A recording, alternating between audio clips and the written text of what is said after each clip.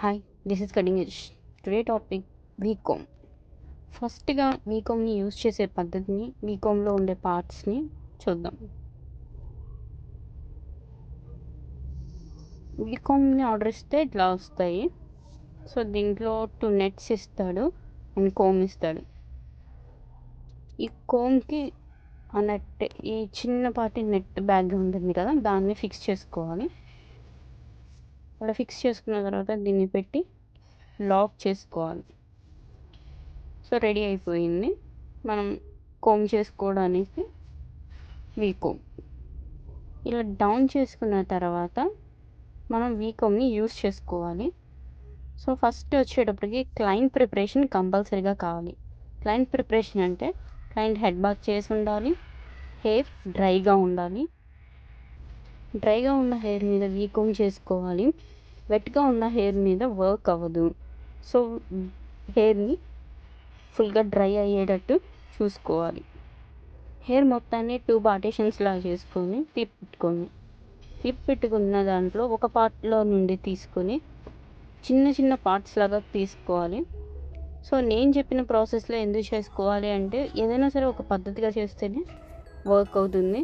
అలా కాకుండా అడ్డదిడ్డంగా ఎలా పడితే అలా చేస్తే మాత్రం ఏ ట్రీట్మెంట్ కూడా పర్ఫెక్ట్గా రాదు.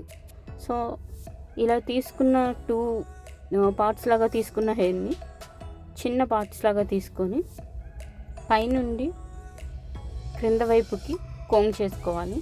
మళ్ళీ కింద వైపు నుండి పై వైపుకి కోమ్ చేసుకోవాలి. ఇలా ఒక్కొక్క పార్ట్ని 2 to 3 టైమ్స్ కోమ్ చేస్తే మనకి అక్కడ ఉన్న లైస్ ఎగ్స్, అంటే హెయిర్ యొక్క దాన్ని ఏమంటారు,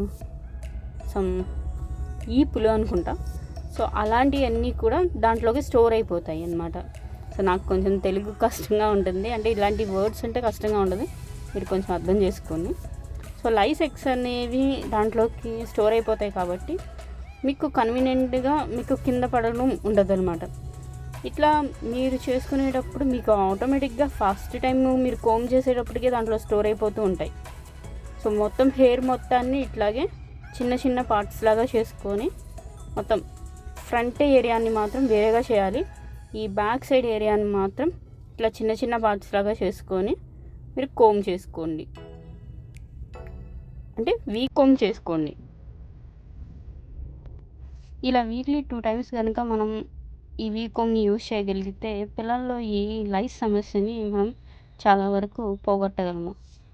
ఇవి పోతూ ఉన్నా మళ్ళీ వస్తూనే ఉంటాయి. ఎందుకు అంటే పిల్లలు వచ్చేటప్పటికి ఆ పిల్లల్లో కాకపోయినా పక్క పిల్లల్లో కూడా ఉన్న మనకి వస్తాయి కాబట్టి మనం ఇలాంటి దాన్ని రెగ్యులర్గా చేసుకుంటూ ఉండాల్సి వస్తుంది. అండ్ మీరు వాడే కోకోనట్ ఆయిల్లో కొద్దిగా వేప నూనె కూడా కలిపి పిల్లలకి అప్లై చేస్తూ ఉంటే కూడా ఈ లైస్ ప్రాబ్లం అన్నది చాలా వరకు సాల్వ్ చేయొచ్చు. యూట్యూబ్లో వచ్చేటప్పటికి చాలా టిప్స్ ఉన్నాయి.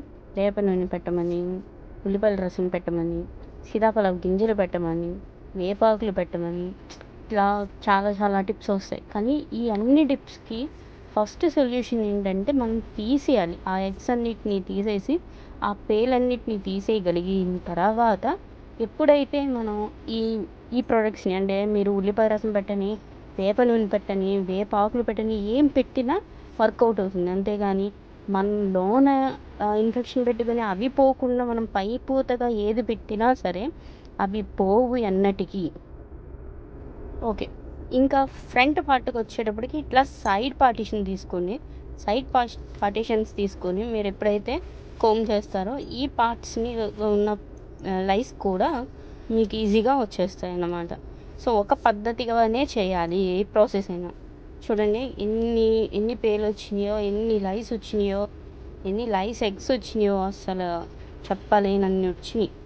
సో ఇవి మనకి చాలా సింపుల్గా అనిపిస్తాయి కానీ చాలా ఇచ్చింగ్గా, చాలా ఆ పేలున్న వాళ్ళకి తెలుస్తుంది ఆ బాధ, ఆ ఇచ్చింగ్, ఆ దురద, అవి ఇన్ఫెక్షన్ వచ్చేసి హెయిర్ ఫాల్ అయిపోయి చాలా చిన్న చిన్నగా మొత్తం అంతా డస్ట్ వచ్చేసి. అండ్ ఇంకొక విషయం ఏంటంటే, ఈ పేలున్న వాళ్ళు రెగ్యులర్గా తలస్నానం, అంటే ఎవరైనా సరే తలస్నానం అన్నది కంపల్సరీగా చేయాలని, రోజు షాంపూ బాత్ చేయాలి. 2 రోజులకో 4 రోజులకో ఒకసారి తలస్నానం చేసే వాళ్ళకి ఈ లైస్ చాలా ఎక్కువ అయిపోతుంటుంది. ఎందుకంటే వాటికి కావాల్సింది కూడా డస్ట్ ఉన్న హెయిర్ కావాలి, చాలా జిడ్డుగా ఉన్న హెయిర్ కావాలి. దానివల్ల ఇంకా ఇంక్రీజ్ అయిపోతుంటాయి. సో అందుకని మీరు ఎప్పుడు కూడా హెయిర్ని ఫ్రెష్గా పెట్టుకోవాలి. హెడ్ బాత్ చేస్తూనే ఉండాలి. హెడ్ బాత్ చేసిన హెయిర్ మీద మీకు మంచి రిజల్ట్స్ ఉంటుంది.